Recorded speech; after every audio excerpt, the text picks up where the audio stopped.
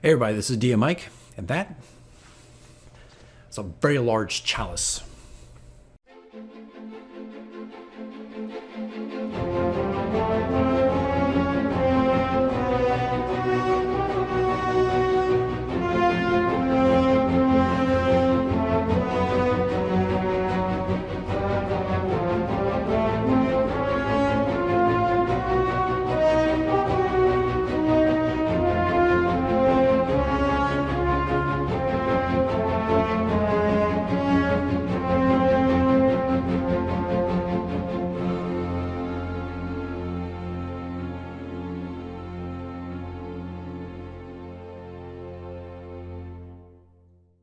Hey everybody, this is DM Mike, and yeah, this is the next campaign diary. We're number 14. I want to say number 14. I think I got it right this time, though I typically always get it wrong. But I think, yes, we're in campaign diary number 14, and we just got back. I think everybody from a little bit of vacation, over Christmas break. We took some time off, as one does, and finally got to play this past Friday night.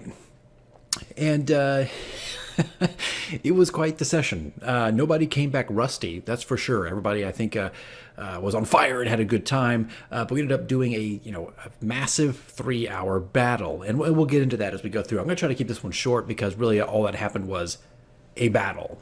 But we started with our weekly chalice draw, where I think I've talked about this in my last campaign diaries, or some of my campaign diaries, where we take the chalice and we put some bonuses in there, or some feats, or inspiration, different things like that. And we kind of pull from that. We roll the dice to see who gets the highest roll, and they get to pull from the chalice. So we kind of started off with that. And then we opened up with a new radio drama number I think this is right, number 14, called Pixies, Portals, and Powers. You can see that here on the channel. That kind of set up the urgency and things that were happening elsewhere in the swamp, not where my characters were. Well, they were in the swamp, but not at the castle in the swamp just yet.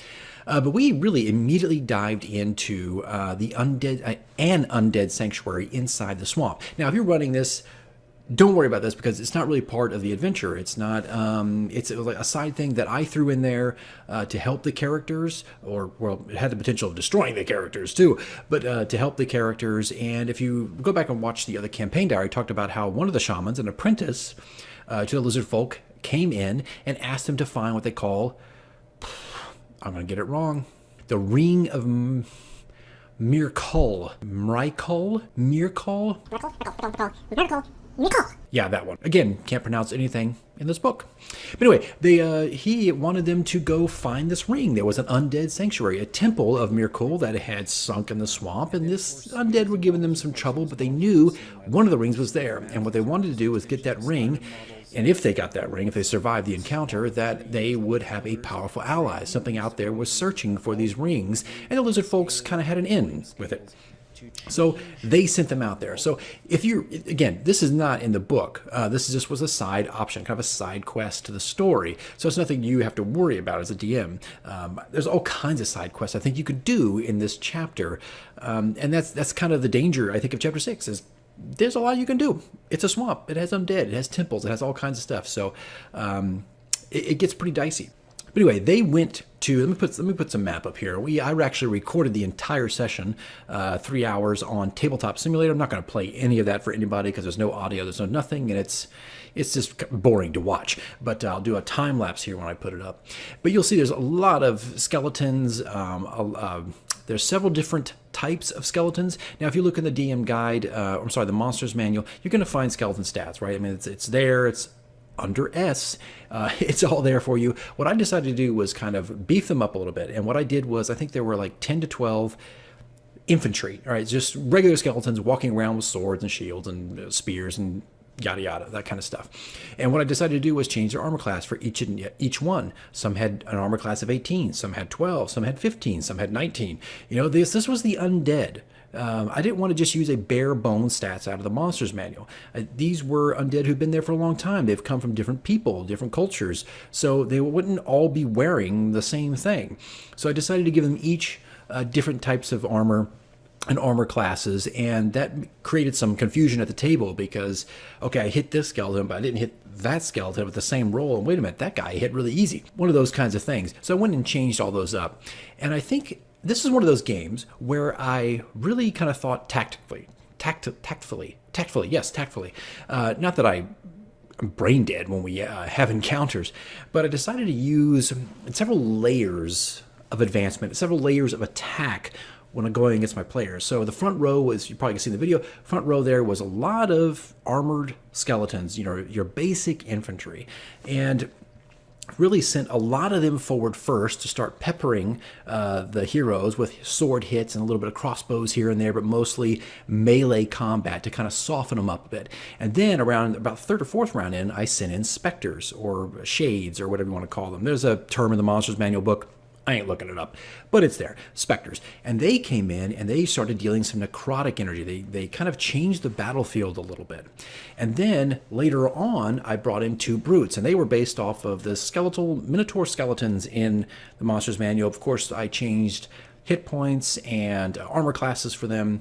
But they were bigger brutes, and they kind of stayed back, waiting for the infantry to take over and kind of soften them up a little bit. And as the larger brutes were coming forward, I had archers, about, I think it was 5 or 6 of them at the time, and they were hitting everybody from long range. Now, what also I did to kind of handicap some of the players was there was a layer of mist. And anybody who was long ranged couldn't see through the mist. They had to at least get 10 to 15 feet in front of a target if they wanted to hit it. So that was something I kind of, you go back to chapter 1, I kind of neglected that. There was a lot of, in chapter 1, you've got an entire city burning, all right? And I felt like, man, I really should have taken advantage of that smoke. Aha, well, this time I remembered and put layers of mist everywhere. And so my ranged characters, my thief and my ranger, we're having some issues, having a little bit of problems trying to get in there. They had to get up there. They had to get up there and do some melee. So that was fun. I was proud of myself. But I did play tactfully, I think, at this stage. And then, eventually the 2 large brutes moved in after a lot of the infantry was taken down. And funny enough, it was an interesting battle because a lot of people were getting hit, both the enemy and the good guys. And I saw a lot of powers that I hadn't seen up to this point. I think a lot of people were taking some massive damage and having to, for the first time, start using major reactions or healing themselves far more or calling out their spiritual weapons or spiritual guardians far more than they ever did before, which I was kind of, as a DM, I was happy with, right? This is challenging. You're starting to rely on more of your powers and pull things out of your back pocket instead of just kind of slashing your sword through all of it. So that was fun, and I just made, I'll put this up here, some new tokens for the Tabletop Simulator, which were spiritual weapons.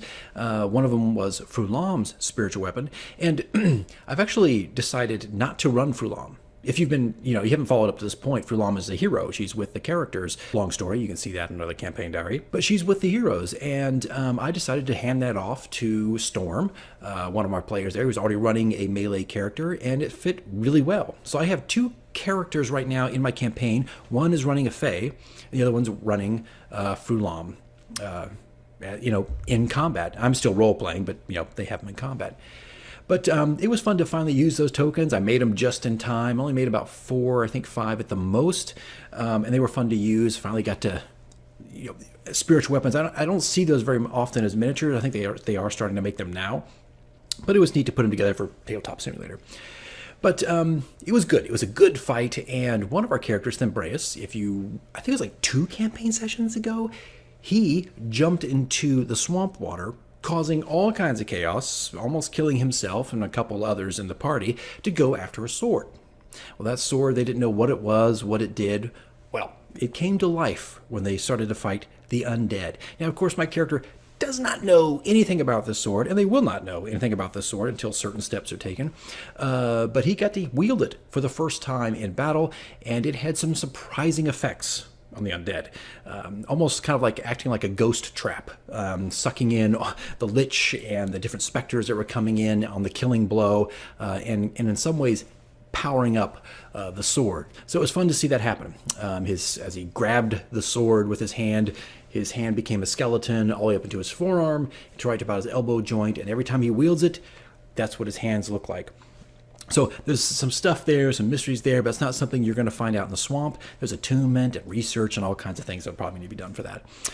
Now, at one point, we did have our Fae, Anodyne, and Althea, a pillar. Well, I'll put it up here. The pillar, there's 2 large pillars in the environment. One of them This is the thing. They weren't watching the brutes. Let's put it that way, right? They weren't watching the brutes very well. They knew they were coming, but one, early in the combat round, went behind the pillar. And I think for them, they thought, well, he just finished his move or he's hiding.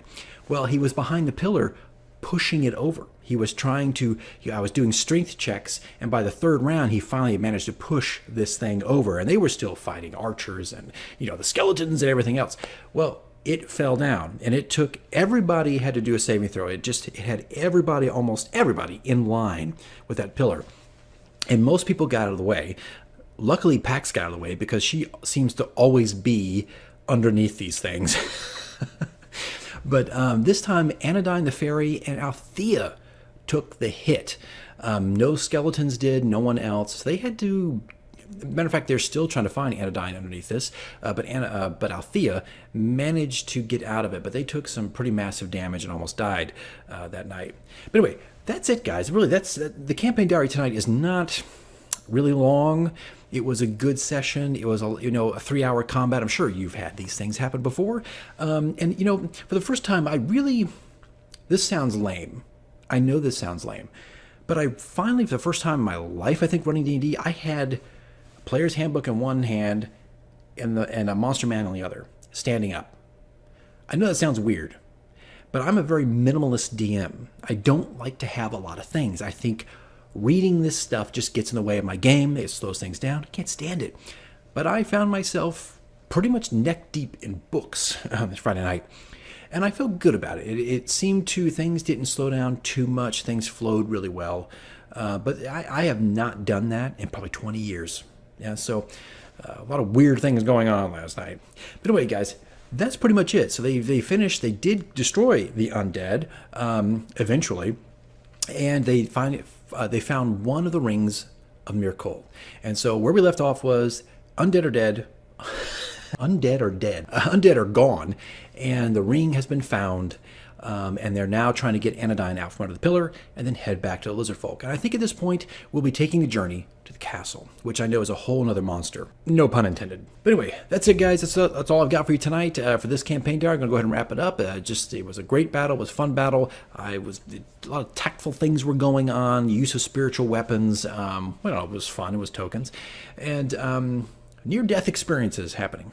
So next week we play again. We'll probably be getting closer to the castle, and then expect another no radio drama. I kind of feel like the radio dramas are set up for the remainder of this chapter, possibly, and we're good to go. So probably won't be any more radio dramas, but of course we'll hit another campaign diary next weekend. All right, guys. Thanks for watching. Thanks for staying with it all this time when I started last year with these campaign diaries. I do appreciate it. All right, guys. I'll see you next video.